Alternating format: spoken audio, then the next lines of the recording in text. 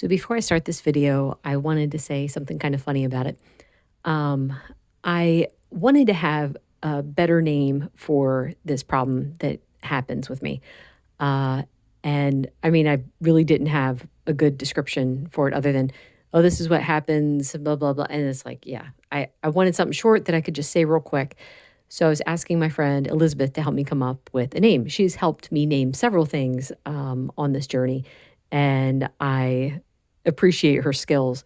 So the name that she came up with was Broken Blood. So in any of my videos, upcoming videos, where I have this problem going on during that time, I will be referring to it as broken blood. I mean, how cool does that sound? It actually sounds like something really interesting rather than some, like, I don't know. It sounds so mysterious and perhaps a bit emo and maybe like the name of a book title or something. But anyway, thank you, Elizabeth. Now on to the details. I thought I should make a video about this because this way, when it is happening, and I could just point people to a different video where they could, if they're interested in finding out what's going on, they can listen to it rather than me explaining it with every single video that happens. Which, granted, my hope is always that this doesn't keep happening. But yeah, anyway, let me lay it all out for you. So I have something called beta thalassemia. I was diagnosed with my second pregnancy. With my first pregnancy, they had told me that I was borderline anemic. I have been told that my entire life. I was never able to donate blood because of it. There was only one time when I made the cut and they allowed me to donate blood because they're like, well, you're just barely, but we can still take the donation today. I was, so with my first pregnancy, I was told borderline anemic, and they're like, let's get you on some iron pills. Well, that pregnancy ended in a miscarriage, and I continued to take the iron pills because we planned on trying again. And I thought I'll be ahead of the game when I get pregnant a second time. So I did get pregnant a second time, and they did the blood work, and they're like, well, it shows that you're mildly anemic. And I'm like, all right, hang on a second. I'm taking iron. Shouldn't that have helped? Maybe fixed it or something? Like, okay, that's weird. And I've been taking iron for almost a year at that point. So they're like, well, let's send you to a hematologist. So the hematologist, all she did was look up the numbers and she's like, oh, you have thalassemia. Not that big of a surprise. My mom also had thalassemia. She had been diagnosed, I want to say probably in her 40s. And they had told her, no big deal. It won't affect you. There's, because it was beta thalassemia, there was no side effects to it.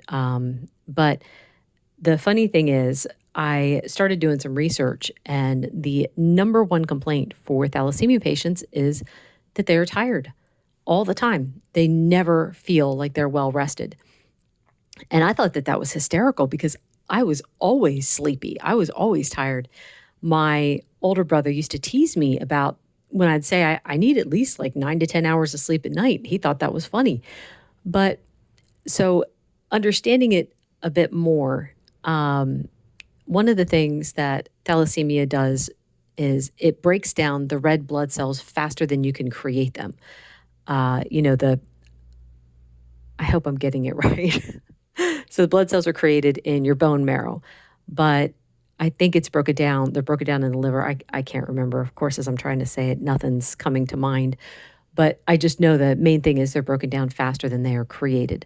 So second part of this is the blood cells are misshaped.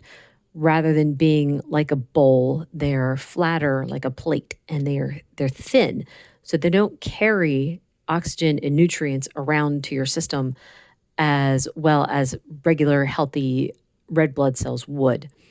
So that explains why thalassemia patients are always tired. We're not getting enough oxygen to everywhere it needs to be gotten to. So anyway, when I was diagnosed, I was told the same thing that my mom was, that no big deal, there are no side effects, you don't ever have to worry about it. And that was mostly true. The only issue that I had was just being tired. And Well, now I at least had a reason. It was definitely the thalassemia, and I didn't feel bad if I needed to take a nap. So, with my last pregnancy, though, when I gave birth to my third baby, um, I remember all of my births were C-sections, emergency C-sections. But anyway, I remember laying there on the bed and I couldn't lift my arms. There was no energy whatsoever in my arms. And thankfully, my mom was there and she was able to feed me some ice chips. But that was the first experience I had with not being able to move like I wanted to move. So that was in 2006. Fast forward to 2014, I started having an issue where, I mean, it was so weird. I would take the laundry upstairs and I'd have to stop and rest for a second in the hallway. Sometimes I had to sit down for a second. I was getting like dizzy spells here and there. I've been having dizzy spells for a long time, but that's besides the point. I'm not even sure if that's linked or not. But the tiredness, it's not just tired though. It's you literally can't move. There's nothing there. Your body's got nothing to give. So you just have to stand there for a second and wait until you rebuild and then you can move forward. So this was an odd experience. And over the course of like 6 months, it kept getting worse until finally one night I was sitting on the couch and I felt it coming on. I felt the weakness coming. And I got to the point where just trying to move my hand to my face, I mean, it looked like a slow motion film. I couldn't hardly move. And I told my mom, I'm like, you better call my husband, tell him to come home. I don't know what's going on. This is bad. So she did. And now I was having some chest pain too. So, I mean, at first he's like, well, let's just get you laying down and resting and, see what happens. But then when I told him my chest hurt too, he's like, all right, let's go to the ER. So at the ER, they're running like all these tests. My heart was fine. But the ER doctor comes in. She's like, why are we treating you for chest pains when you have thalassemia? You need a blood transfusion. I'm like, okay. Here, my hemoglobin had dropped down to about 9. Now, it had been that way for a while, but it's like, well, I have thalassemia. I'm going to have lower hemoglobin. Isn't that normal? Doctor just, oh, yeah, I guess that's normal. But I did have a transfusion. That was in July 2014. I felt better for a couple months and then it started up again. So I went to see a hematologist. And there was nothing they could do. They're like, well, all of your levels have stabilized. Your hemoglobin is staying between like 10 and 12. There's nothing we can do. So it's like, never mind that. And I mean, this was always timed with my cycle. They're like, it's like, never mind that once a month, I never know what's going to happen. Am I going to have no symptoms? Am I going to have 1 to 3 days? And actually, it was always something. Every single month, it was something. Sometimes it would just be a mild bit of weakness. Other times, I would be stuck in bed for like 3 days, not hardly being able to move. I couldn't hardly move my arms, couldn't hardly walk. Yeah, it was pretty bad. So that went on for 5 years until November 2019 when I started full force with the keto diet. So it went away for a year and a half. A year and a half, I had no symptoms whatsoever. And I'm like, oh my word. Oh, this is great. Am I done? Is this over? And then it came back. So since it was, like I said, about a year and a half, it was gone. And then the symptoms came back. Now, thankfully, I can say that they're not as bad as they were before, but I still have to be careful. I have 2 phases now to it. So I'll have the first phase where I'm still moving, okay, but it'll be so weird if I'm stirring something, I'll have to stop and rest while I'm stirring. And because my muscles will start to lose their strength.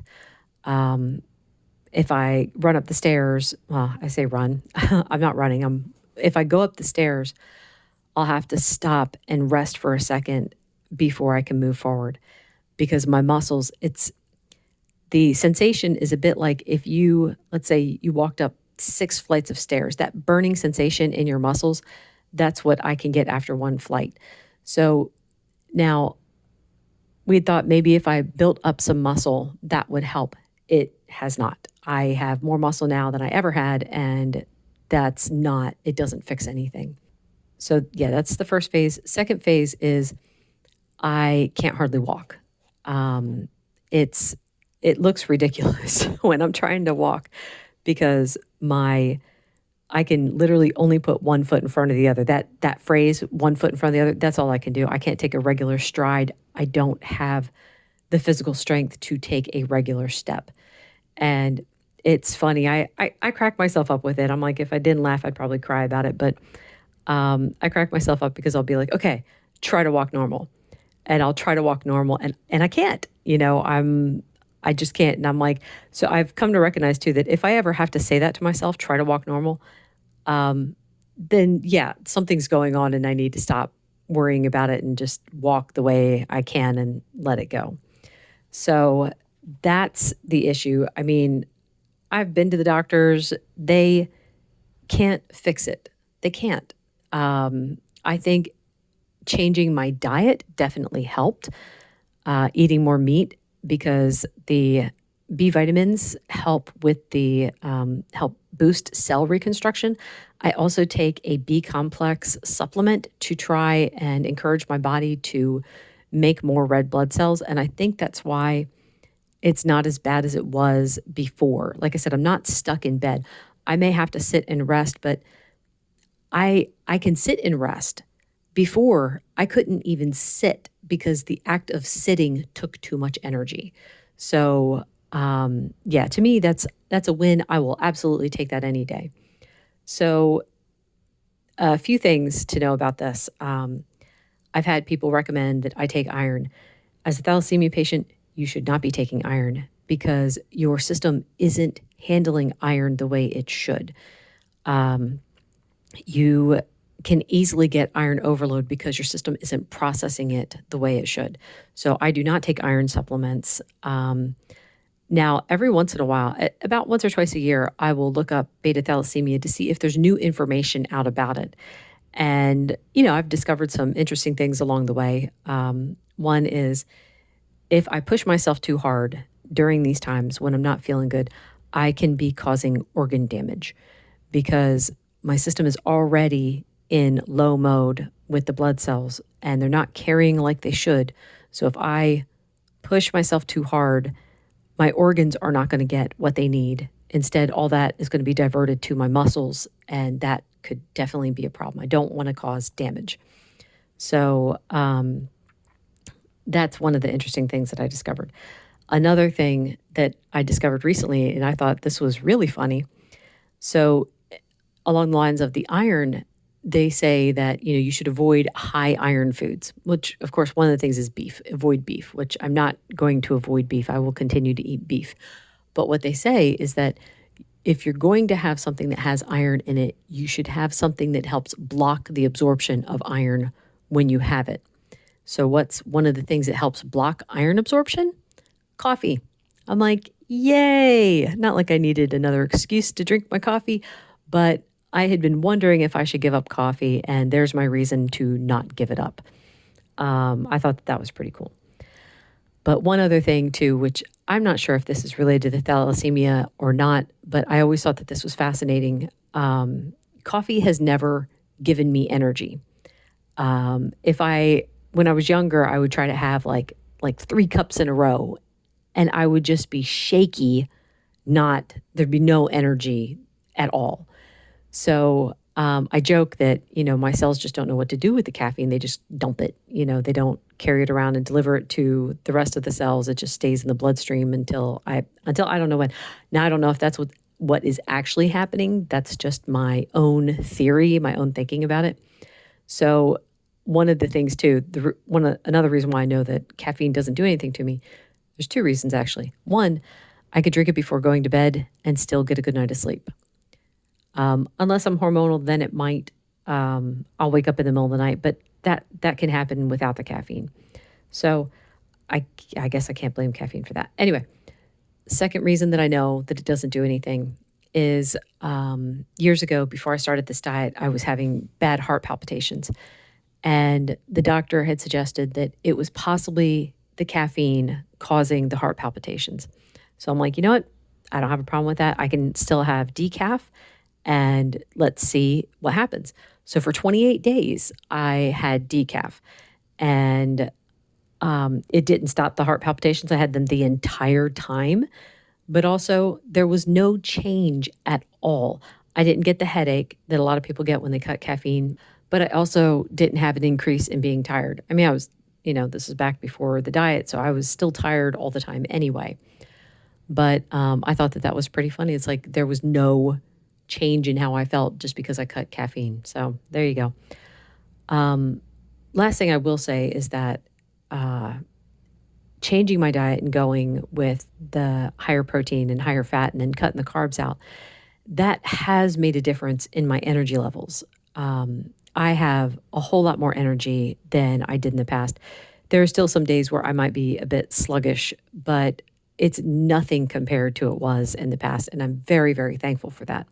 So I think that's all I wanted to say about it. If you guys have any questions, let me know. I am curious to see if there's any other people out there who have thalassemia that have had benefits doing this diet. I talked to one other person in a carnivore group, um, and they said that they are doing better. But anyway, yeah. Thank you so much for listening. Bye.